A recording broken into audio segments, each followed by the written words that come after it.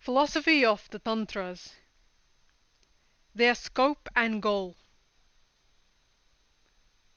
Like the word Veda, Tantra is often used in the singular, which may suggest that there is a uniform formulation of doctrine and discipline covered by the term.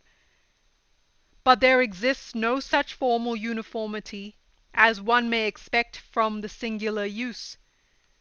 Tantras are profusely varied in their theme and in their expression, but they claim, and this is a point of uniformity, to have emanated from a divine source, and as such they call themselves by such names as Agama, Nigama, etc. Leaving apart those that are avowedly of a Buddhist character, and also those that have a veiled affiliation with the tenets of Buddhism, the Tantras that have allied themselves to Vedic metaphysics and theology, if not to some extent also to Vedic practices, are of a varied nature, and have divided themselves into diverse, and sometimes apparently divergent, cults, paths, and rituals. The Tantras, being preeminently ways of practical realization, have necessarily to bear reference to the diverse characters and competencies of different aspirants and seekers, and have accordingly designed the framework of their theory and practice suitably to actual conditions prevailing, and also evolving stages and states in the soul's journey towards its chosen ends and values. But what are to be the ends and values of its choices? The highest and the best, of course. The seeker soul cannot give up its quest till it realizes all that it is potentially. In other words, till it realizes, in all the dimensions of its meaning and fulfillment, its own undiminished perfectness. This highest end has been called by a special name in the Tantra Shastra, Purnakhyati. For example, in Parashuram Kalpa Sutra. Commonly, however, the highest end is called moksha, or liberation from bondage. If, for example, the highest reality, as eternally realized perfectness, is Shiva, the jiva or individual is potentially Shiva, but he does not actually know and realize himself as that. How can you, or thou, equate yourself to that? Only by liquidating your bonds or limitations. This is realization. Then thou art that. Jiva is Shiva. The limitations are mainly of two kinds. Those that limit or detract from the pristine purity of the individual self, and those that limit or restrict that self as well as the degree of its freedom. On a more comprehensive scale, the limitations are counted as 5, and they are called the 5 Kanchukas, contradicting and restricting factors. These 5, as we shall see, have their place and function in the descent of the universe from its ultimate perfect source, and have therefore got to be resolved and not simply bypassed when ascent is sought from cosmic limitations to the purity, freedom, and perfection of the ultimate source. In other words, if realization is to mean the equating of thou to that, it cannot be effected except by reducing the factors that apparently make a little knower, little doer, little enjoyer, and so on, of the first term, thou, and thereby create the world of difference between itself and the second term, that. so long as those limiting factors are permitted to operate and create a stupendous bar, what am I but a drop of dew on a shaky blade of grass? The vast sublime choir of the starry heavens above, and the still small voice of moral consciousness within, dealing in categorical imperatives, are the two things that set the great philosopher Kant furiously thinking, have they or have they not a common source or origin? The mighty master voice that leads the sublime heavenly chorus, and the small masterful voice that speaks through moral injunctions, the mighty master ordaining the measure of cosmic harmonies, and the little master regulating the inner springs of action in us. Can that and this be equated to each other? This raises the eternal issue. The little mystery that dwells within and rules as the hidden in. Can it be assimilated to the majesty and sublimity that rules as the displayed out?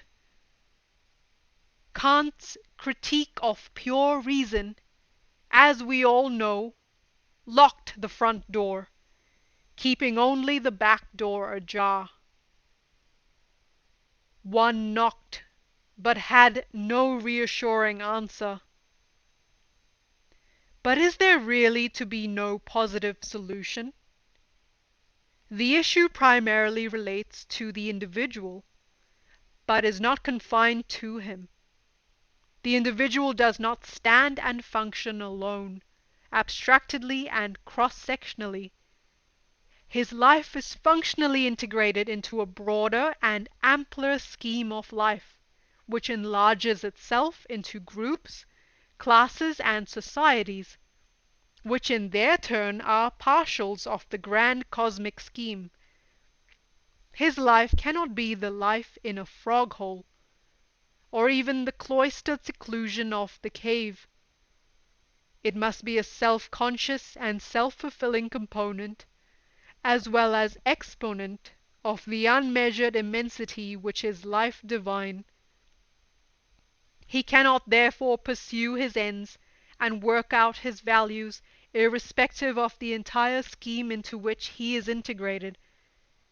In other words, his own realization, or, as we have put it, the solving of his own basic equation of thou and that, cannot be effected by methods of simple negation, ignorance, and escape. The problem, the equation, must be solved upon the most complete and thorough appraisement of all the relevant factors and conditions, individual and extra-individual. Now, the great significance of the Tantric approach, both as regards philosophy and discipline, lies in this, that it sets the problem with the full burden of all relevant terms involved. The conditions limiting the individual could not be assigned and assailed as though these pertained to him alone abstractedly and cross-sectionally, and therefore his own perfection could not be attained irrespective of whether the cosmic scheme and the cosmic process were his allies, or were hostile to him, or simply neutral. But what should this mean and imply? Should it mean that the individual would not attain his perfection unless and until the whole cosmic scheme and process also attained perfection? That there is no place for individual perfection in a universe which, for example, may actually be running down, for aught we know? The physicists, at any rate, some of them, are telling us that the universe is running down physically.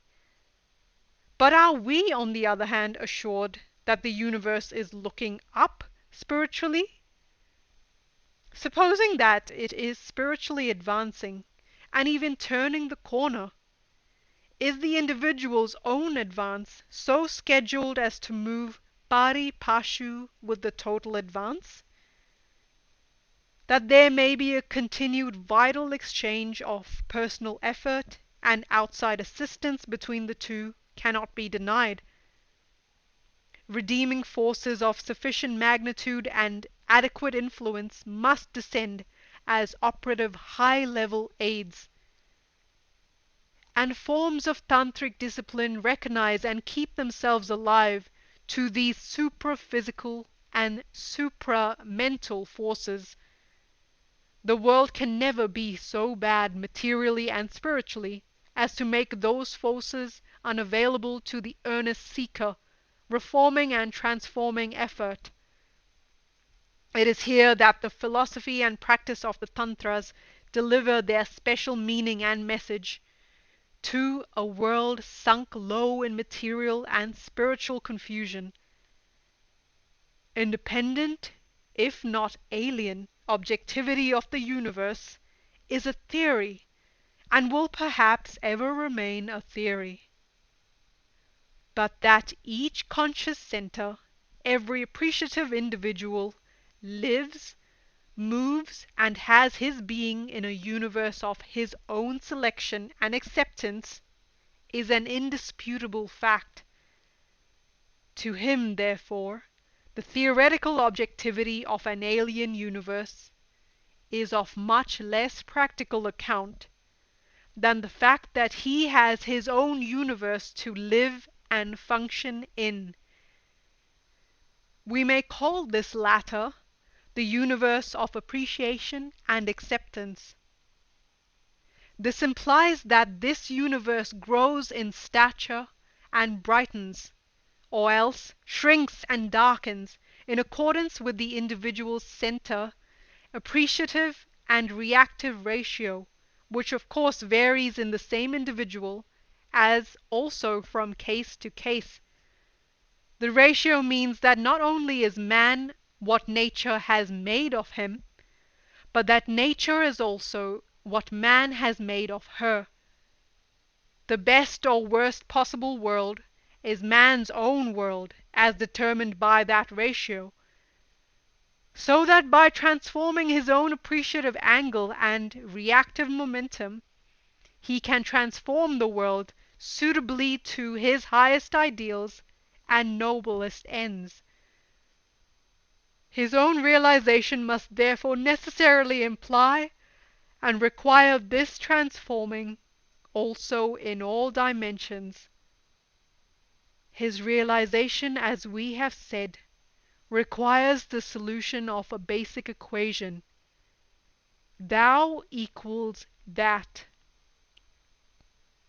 The equation would admit of no solution till that brute, blind factor entering into the constitution both of the individual and of nature could be reduced.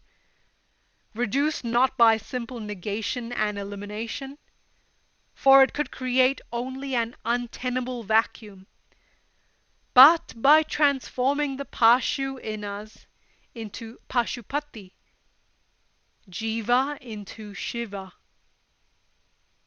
Then what are the bonds or limitations from the appreciative angle of the first must appear as forms of creative joy and fulfillment.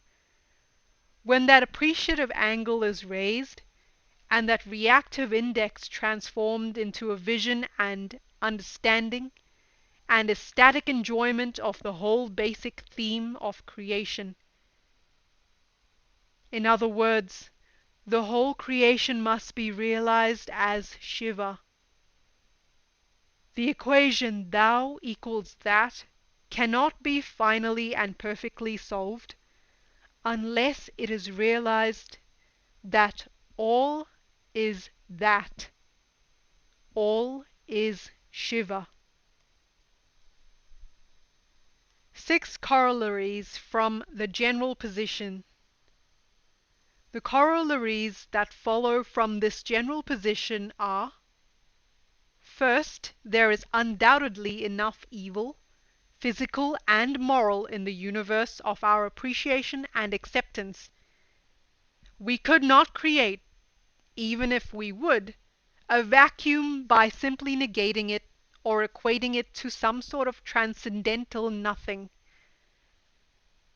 Speculatively, it is just possible that in the balanced economy of the universe there may be an equal subtraction corresponding to any addition made anywhere, so that all the positive and negative terms added up yield a resultant zero.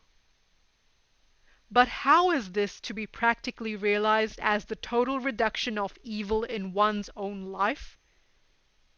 Hence the compelling reason, the driving power or Shakti appearing as evil must be sublimated and transformed. Secondly, Jiva has to work out his salvation, not simply by negating his limitations and his evil, but by so working them up that they become his allies, his helpers, and ultimately his liberators. This is the principle. Man must rise with the aid of that Shakti which made him fall. Or as Shaktananda Tarangini puts it, the poison which kills becomes the elixir of life when suitably treated and tested by the wise physician. Thirdly, his own body and mind and his whole environment must be appreciated as and worked up into spiritual community and ultimate identity with his own inner imperishable self or Atman. The body, for example, must not be looked upon as flesh only, and therefore essentially alien and intransigent and sinful. Look upon it as an epiphany of the divine consort, Shiva Shakti, her own vehicle for manifestation, whether in play or in purpose, and therefore use that vehicle for the purpose of realizing your identity with divinity. Make it her temple. Fill every fiber of it with her divine presence. Then what was toiling purpose in the effort will be play in divine ecstasy, or ulasa in the achievement. So treat and transform all the functions, including those that are commonly looked upon as carnal. There is essentially nothing carnal in what is, in reality, the incarnation of Shiva Shakti. The same sublimating attitude and enlarging ratio must work up and exalt our physical being and our environment.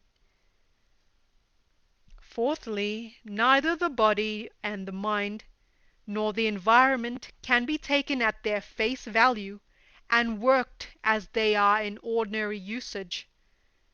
Their latent magazine of power, that is Kundalini Shakti, must be opened up and made available.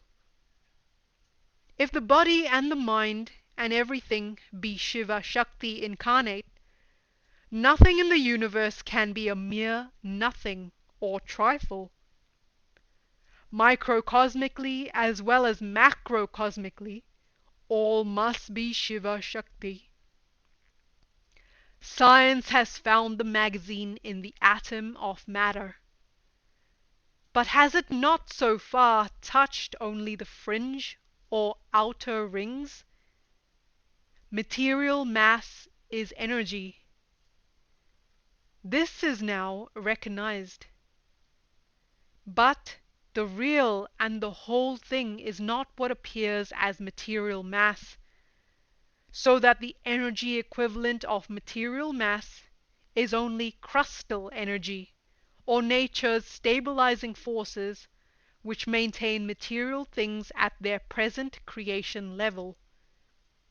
When the foundational power or Shakti has descended to the present material level, it applies the brake, so to say, and the creative momentum is in part arrested.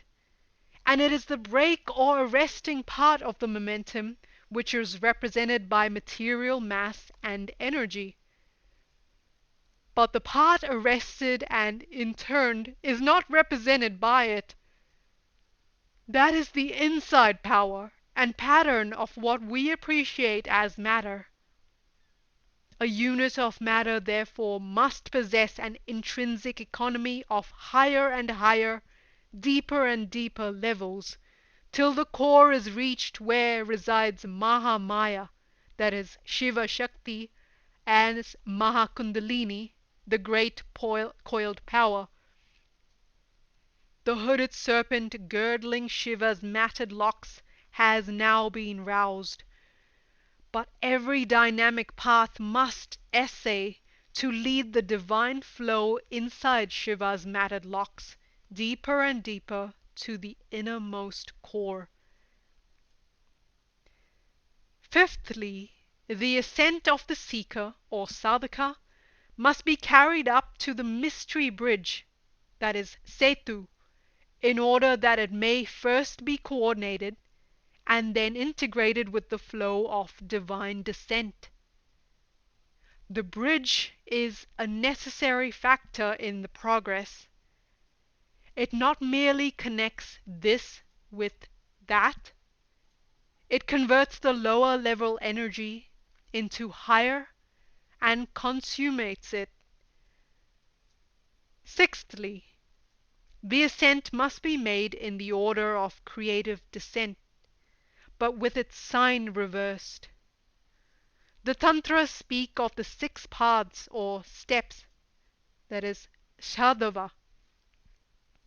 Physically as well as metaphysically, creative descent must start from a condition of immensely massed probability wave function, which we may more simply express as unbounded potency to be and become all. It is power regarded as unbounded plenum and continuum. What physics now appreciates as space-time continuum is a descended phase or specification of the basic continuum of power which is called nada. The next state must be an infinite intentness or readiness of that power to evolve and create. This is power as continuum condensing itself into dynamic point or center or nucleus. This condensation, however, is not a process in space or in time, so that the power continuum is not contracted and reduced in magnitude and dimensions, and does not suffer either in sense or in tense value when it is the dynamic point. It is the primordial causal transformation, not renderable in terms in which causation is apt to be expressed in our planes. Hence, paradoxically, the dynamic point is the perfect potential universe. This is Bindu. Words in common parlance can never express the basic idea or pattern, that is Hrleka. An aspect of the basic pattern is sought to be expressed in Tantra by the mystic syllable or formula Hrm, that is the Maya Bija. Cosmic descent. Do not physics and biology and psychology illustrate the principles of polarity, that is Maithuna, in ultimate as well as derivative forms? There is no need to wonder that they do, because the whole creative process starts as and from polarity. We have just referred to Shakti as Nada and Shakti as Bindu. Each is partless, aspectless, though the entire process of cosmic partition and aspectualization must have its possibility grounded in the one and worked up and out by the other. One is the soil and the other the seed for all cosmic germination and fruition. One is the extensive or expansive whole of power. The other is the intensive or concentrated whole of power. The relation of Nada Bindu is undoubtedly one of the hardest hurdles to negotiate in the way of understanding Tantric principles. From Bindu descends, next in order, the polarity of Kala and Varna. The former term, as also many others, bears an elastic and flexible meaning in the Tantras and Vedas, as terms or symbols meant primarily for practical or experimental use should. We are not here dealing with a speculative philosophy set in a rigid mold of logical terms. The term Kala in the last analysis must mean that aspect of reality, or Shiva, by which it manifests as power, or Shakti, for evolving universes and involving them again. It is the Prakriti, or nature of reality, so to manifest itself. Hence Shiva in Shaiva Shakta Agama is both transcendent, that is Niskala, and emergent and immanent, that is Sakala. It is thus clear that Kala, in this ultimate sense, must logically precede all descending movements of reality. But here, coming after Nada Bindu, it means partial. That is to say, when we come to this point, the whole, the entire, veils or covers up its wholeness, as it were, and manifests as partials, as predictables. It is the starting point of differentiation. It is here that time, space, thing, attribute, and so on are differentiated from an alogical integrated whole of Nada Bindu. Kala in the basic sense of nature aspect is already implicit in Nada Bindu, but as partial it comes after. There is no derogation from dynamic wholeness and perfectness in Nada or in Bindu, but in Kala as here derived, all gradation and gradualness, all ascending and descending series in the cosmic process, have their possibility of appearance. This possibility can be viewed in two ways, as object and as index or sense. An object itself and the sense, this is how the polarity principle appears when we come to partials. But this does not mean that we have already been landed in the concrete or sthula universe of our own acceptance. That is yet a far cry. In Kala and Varna, we are still in a prototypal region, para it may be called. Varna here does not mean letter or color or even class, but only the sense or the function form, natural spanda we may call it, of the primordial object projected from perfect activity or bindu. Varna would mean, therefore, the characteristic measure index, that is, number, magnitude, etc., as rendered by us, of the function form associated with the object. Lower down this may appear as a chromosome number, probability function, atomic number, etc. In this primordial sense, Varna sets the rules and order and harmony in creation. Then in the subtle or shukshma or vital plane, this polarity manifests as tattva and mantra. The primordial object with its conceptual or mathematical function form is not yet a picturable thing. not yet a localizable entity that can be rounded up and seized upon as this and not that, rendering a sufficiently categorical account of itself for the purpose of definition and usage. The concept of Kala and Varna as logically prior to and transcending the concept of Tattva and Mantra is no doubt a particularly hard nut to crack, but it is noteworthy that New Physics too, in her newest theoretical ventures, has found herself confronted with an analogous conceptual impasse.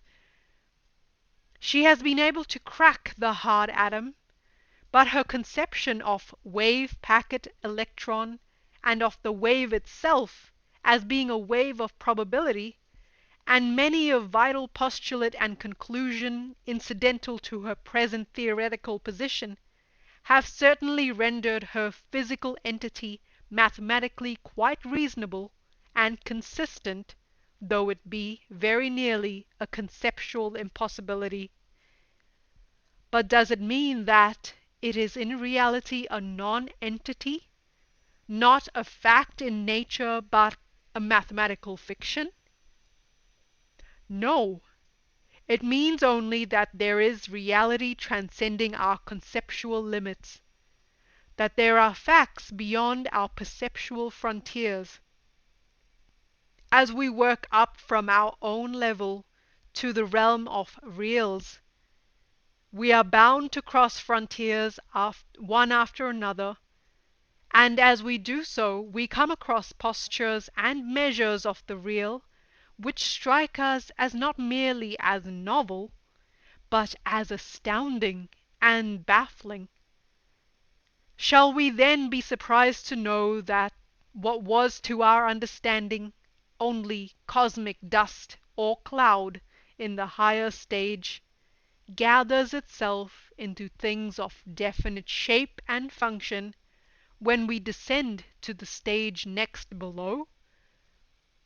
Kala, as we have seen, is cosmic, partial, that has not yet been parted itself from the cosmic whole, and Varna, element or elemental, of cosmic function, that has not yet differentiated itself from the cosmic integral.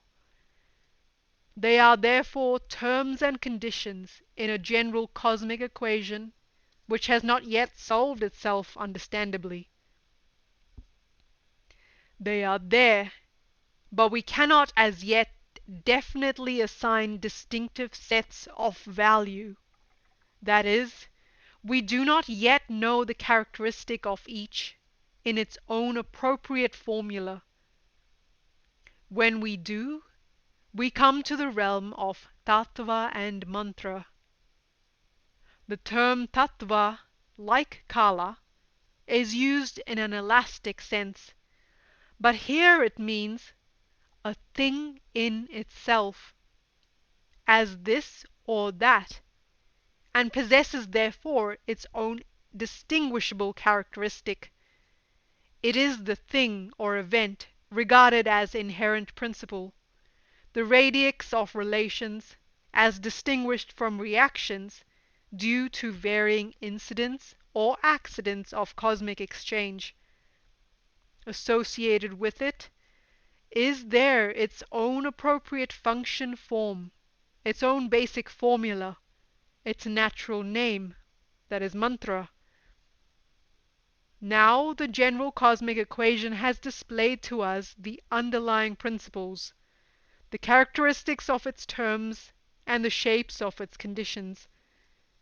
We are, however, still in the realm of dynamic, that is, Shakti Rupa, being and becoming, the universe of appearance, the universe of our acceptance and convention, the Chaya Rupa, as Sri Chandi puts it, is not yet.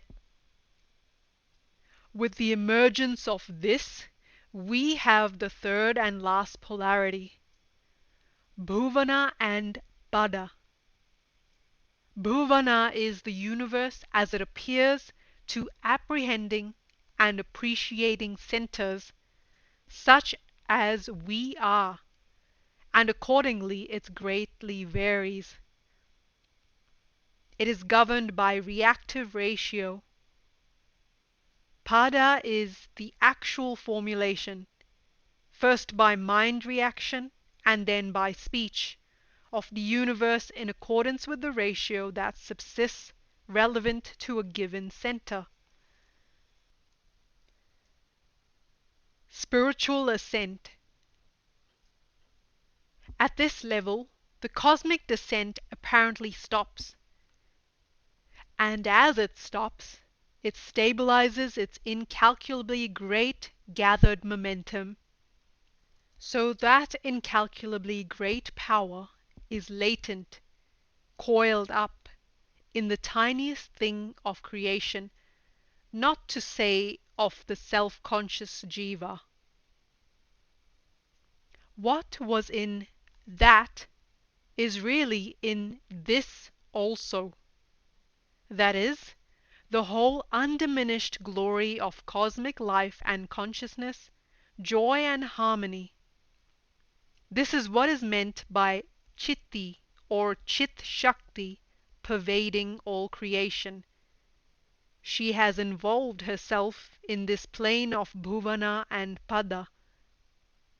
A center living and functioning in that plane must essay to evolve to perfection what has been thus involved. By completing its evolution, it can work out the realization of its inherent perfectness or divinity.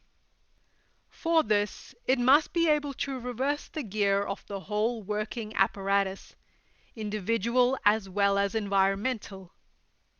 In other words, ascent must be made from the reactive plane of sense experience and expression, that is Bhuvana and Pada, to the dynamic realm of inherent principles, that is Tattva, and natural function forms, that is Mantras, Yantras, and Tantras, and from these to the highest level of cosmic partials and Matrikas, that is Kala and Varna, which together weave a grand seamless pattern of cosmic harmony. This is the positive or upward evolving sense of the Sadhava, as distinguished from the negative downward involving sense. It has been said that one who knows Sadhava knows all in Tantra. From partials and matrikas one must press forward into the unspeakable mystery beyond, the mystery of Bindu and Nada. Here is the wonder of the partless and measureless in the trival of giving birth to the still united twin, partial and measure. It is the setu or link connecting supreme experience in which magnitude or pada and measure or matra are absorbed, with another posture of that experience in which they recognize each other, though as yet held in each other's close embrace, so to say. Tantra, Upanishad, in fact, all types of mystic experience thus speak in symbols and parables. There is no help. Trace the curve of any vital concept from below upwards till the apex is reached. For example, the Guru is a spiritual guide. Number 1. Guru as embodied physically and mentally, and his prayer and worship. 2. Guru as tattva or principle, and his bija mantra. 3. Guru as the Kala, meaning aspect of Shiva as liberator, and as Shakti operative as Varna or Matrika. 4. Guru as combined Nada Bindu, And 5. Guru as Nada Bindu Kalatita, meaning transcending the three, and therefore the Absolute. The sadhaka's own self is to be ultimately equated to that. Supreme experience. So we have somehow a dual aspect of the supreme experience, Paramashiva, Niskala and Sakala, as they have been called. The former is experience or consciousness beyond Nada Bindu Kala, the primary Trika or triad, and all their derivatives as shewn in the 6 steps, that is, the Sadhava. The latter is Shiva as his own divine nature, that is, Parama Prakriti or Parashakti, to be and become all. In Sri Vidya, that is, the type of Tantrika doctrine on which we are especially working here for the sake of brevity, the Supreme Consciousness is often called Tripura, which term literally means what is prior to or beyond the three. Even the word Chandika has become taken to mean the Akshara Brahman itself of the Upanishads, the fear of whom keeps time itself flowing forever. The sun and fire, Indra, the chief of the gods, and death going their appointed rounds, and so on. Tripura and Chandika in this ultimate sense must therefore be Shiva's own divine nature, to be and become all. Shiva, associated with his own nature, which is perfect, is Godhead, that is, Parameshvara. As such, there is 5-fold expression of his perfectness, absoluteness, eternality of being, eternal self-satisfaction, supreme sovereignty and omnipotence, and omniscience. As and when that divine nature is involved in creative descent, her own perfectness is veiled or limited, and this gives rise to the 5 contracting factors corresponding to the 5 perfections. They are respectively called Niyati, meaning determining or binding factor, Kala, meaning the tense factor, Raga, meaning desire or appetite factor, Kala, meaning power delegated and parceled out, so to speak, the devolving factor, and Avidya, meaning the ignoring or veiling factor. 36 Principles of Shaiva Agama. Shaiva Agama traces the devolution of the ultimate reality, which is Shiva, Shakti, Shiva's own nature, through the 36 forms or principles, or tattvas as they have been called. We have dwelt at some length on the 6-step scheme, that is sadhava, but this one is more elaborate and more common.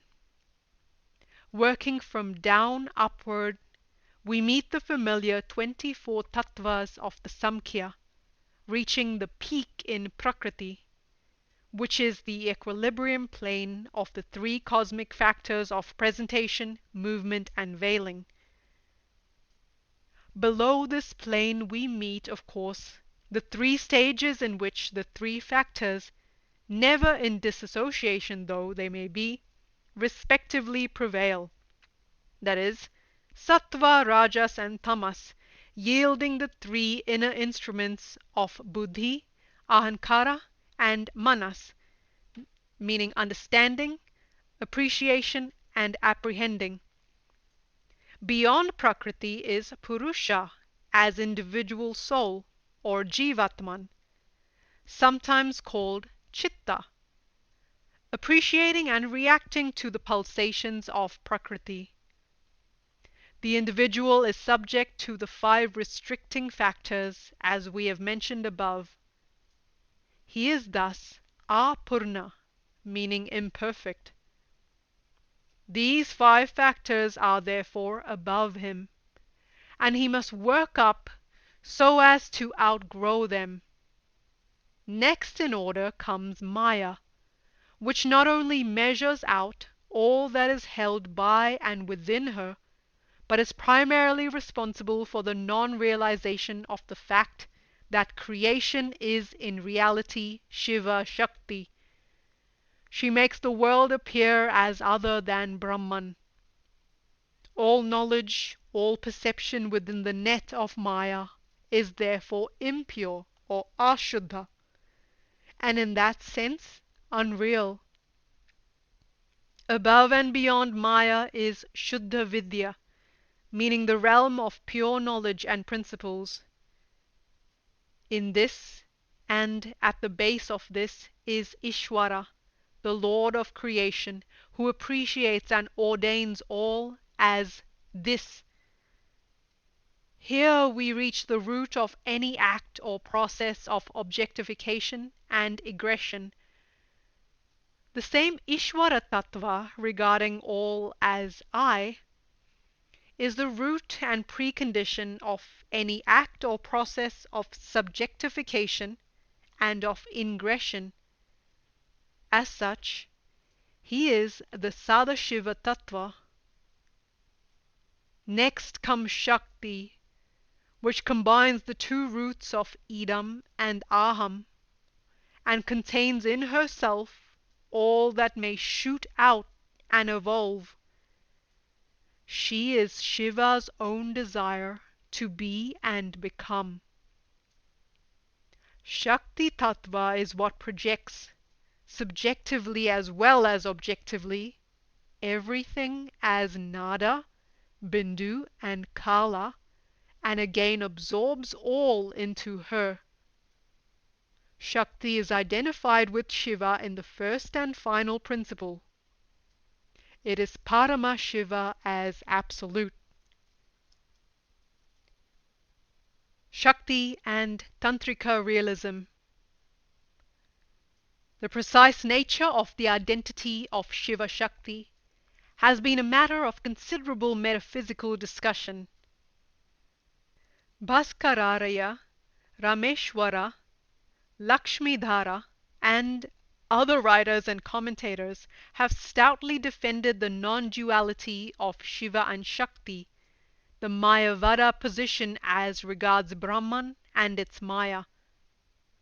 Shakti is distinguishable from Shiva only in theoretical and conventional analysis, but in realization she is identical with Shiva.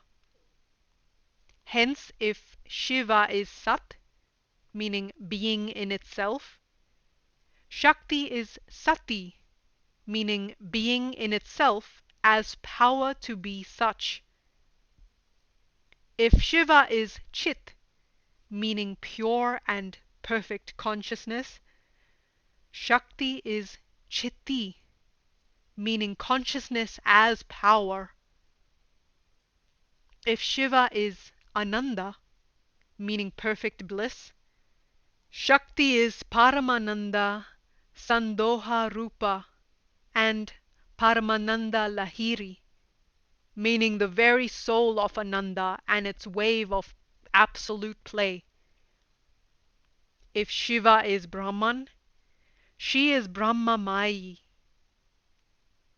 Should this relation be called Advaita, meaning non-duality, or not? We can only repeat what the Mahanirvana Tantra says on this. Some say it is Advaita, others Dvaita, but in reality it is Dvaita Advaita Vivarajita, neither the one nor the other. It is beyond the reach of measure and nothing numerical can pertain to it. As to the illusoriness of the world appearance, the position is that the question does not arise on the principles as enunciated above. Even the appearance is she and none other, and it is only by the dispensable convention, a certain form of definition and notation only, that one can maintain a dialectical hiatus or opposition between the world and reality. In reality the world is Shiva Shakti, and it is wrong to think that one is not the other. The object of realization in Shakta Tantra is to prove that the relation is first an equation, and that the equation is ultimately an identity. The proving is not by purging and emptying one or the other relevant term, but by a method of perfecting and realizing one into the integrated whole of the other. Niskala, or pure consciousness, is the changeless background, and the changing world is its own show by itself, as Shakti to itself as Shakti. This prepares the ground for the preeminently practical and essentially realistic and synthetic approach of Tantra. Action, devotion, and knowledge, all these must be harnessed into the service of the supreme object the sadhaka has in view. And the paths must be varied suitably to varying steps and stages of competence and temperament. Not only the paths, but even to some extent the principles are varied also, but always keeping within the basic framework necessary for working out complete realization. The path, Saiva, Shakta, Vaishnava, or whatever else it may be, if followed with faith and courage, devotion and vision, will itself lead the way to the clarification of principles and their harmonic integration. It will show how the divergent paths all meet at last, how the varying principles approach and blend into a final synthesis. And the appeal of the Tantras is not for the individual only. It is an all-dimensional, comprehensive appeal for all seekers, societies toiling in the higher realms of power, light, and perfection.